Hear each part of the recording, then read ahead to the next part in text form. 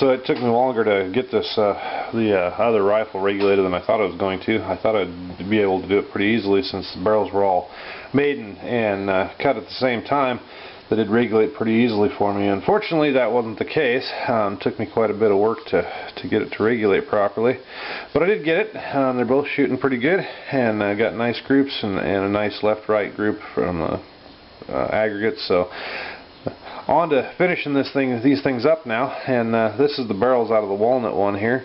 And what I did was I started by cleaning up the solder, and some really basic tools to do that with.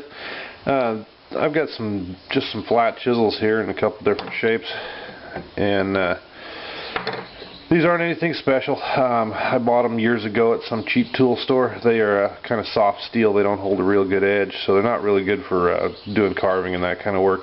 But they do work really good for this. You can get into these spots down along these edges along the ribs, and use the edge of this to take the biggest bulk of the solder off of these things as you're cleaning them up. And it's all done by hand. The solder pushes through pretty easy. It don't really need to use a hammer or anything, and you can come in and get right down into the edge of the joint and clean the solder up this way. And the chisel is a good place to start. It allows you to take out a big cut of the solder at a time. The only thing you got to be careful of is be careful not to dig in underneath the rib, because you can possibly pop the rib loose. So you do want to kind of be careful doing this, but basically it's just scraping the solder out to get the bulk of it off.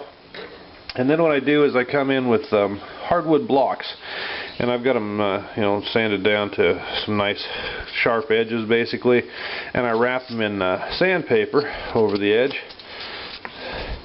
and use that to get in and work those edges down and get it sanded down to bare metal. The type of solder that I use, as I mentioned before, is high force 44. High force 44 doesn't blue. A lot of solders you can turn them black with different chemicals. High force 44 is one of those that's really tough to get it to turn black. So you really have to get all this cleaned up. And one little secret for doing that is, when you get down to bare metal like this, the solder is really hard to see.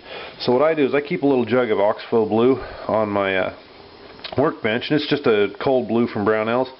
And when I want to see where the solder's at, I dip a Q-tip in the Oxbow blue and rub it down into the area along where the joint is, and the metal will turn blue or black, and the silver solder won't. The high force 44 will stay silver. So it makes it really easy to see the solder that's still on the barrel. Makes it really stand out to where you can really get in there and clean it up and know that you're getting all the solder off the metal, and getting the full edges cleaned up so that there's no solder going to show up. And that'll be important, because later on when I go to actually blue this, like I said, the high force won't blue, and it won't turn black, and there's no chemicals that'll really make it turn black. So it really does have to be cleaned up down to bare metal on everything that's visible. In any case, where I'm at now is I'm got all the solder cleaned up on the top ribs here, and now I'm starting to polish these barrels.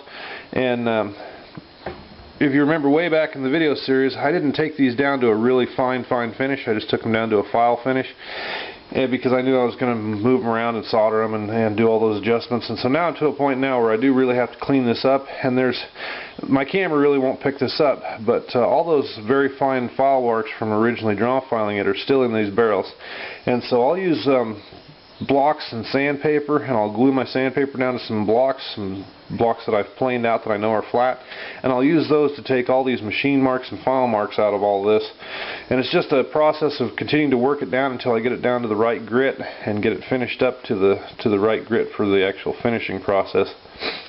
And that's just a time-consuming process of starting out at about, this is basically down to a fine file cut right at the minute, so basically I can go from there to 80 or 100 grit paper, and just keep working my way down. And I'll take these down to about 360 or so. The one set of these barrels is going to be rust browned, the other set will be rust blued, and 360 is a good grit finish for doing rust bluing, that kind of work. You can polish these out as far as you want. I've taken some of these up to like 1200 grit and still rust blued them, and it does work. It can be done. It gives you different grits, and the different polish will give you a different type of finish, the type of look of finish underneath your bluing. So For this type of work though, and for the era of gun I'm trying to reproduce, 360 to 400 is going to be about right for the type of finish I want to produce on these. So once I get these barrels cleaned up, then I'll move on. I'll put these back in the stocks, and I'll clean up the tangs and whatnot, especially down at this end here. I'll clean up the tangs and everything to match the fit of the tang to the barrel, and polish everything in that area out together, and then I'll move on to doing the stock work and the metal work that's in the stock. So that's pretty much going to be it for the video this week. There really isn't a lot I can tell you about this. My preferred preference in paper is I like the automotive grade stuff. Holds up better, cuts better. Even in wood, this stuff lasts a lot longer. It's a lot better grade of paper, so I tend to buy the automotive grade and wet dry and use it. So that's about the only things I can tell you that are really helpful to this part of the project. Cleaning up solder is just one of those things that you just got to get in there and take it out and work it out, and then make sure it's completely off the surfaces that are going to be visible. About the only other thing I can mention that might be helpful is if you live in a high humidity area, and even in some lower humidity areas, this is good advice.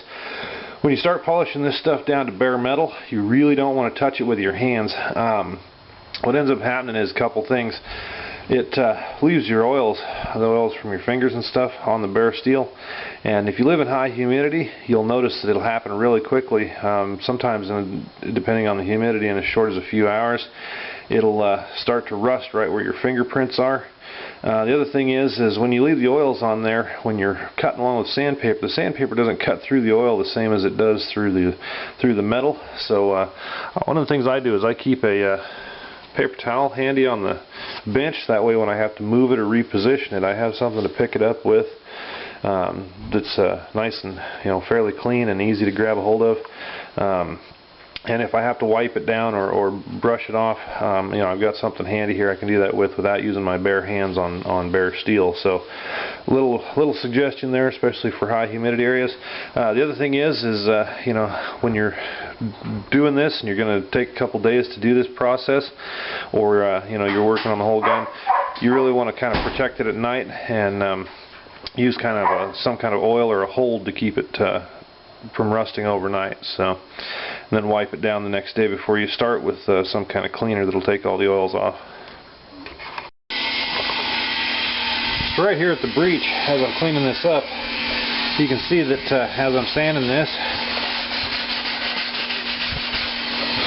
there's a little line developing right here between the breech and the barrel. And what I'm doing is I'm taking a very fine cut draw file, and I'm just taking these.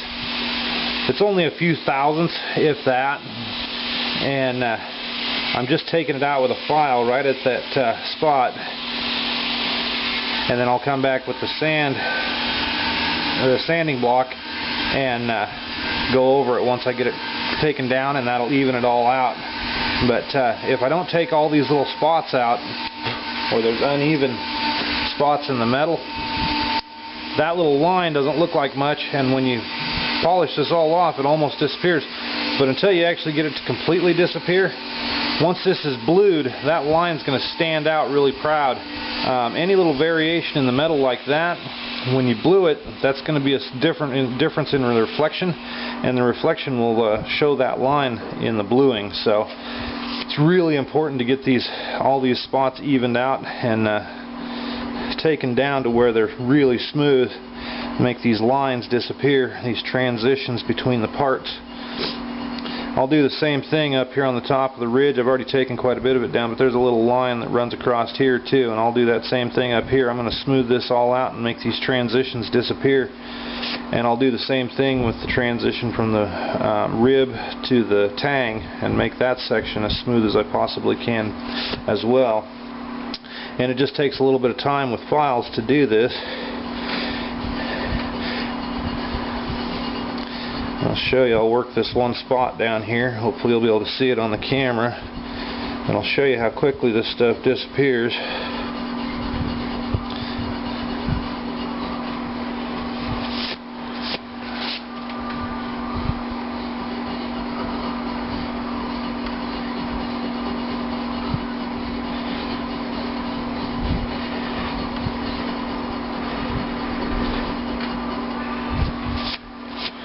You can see that that goes away pretty fast. I'm going to take a sanding block and run over it. I can smooth it out pretty quickly.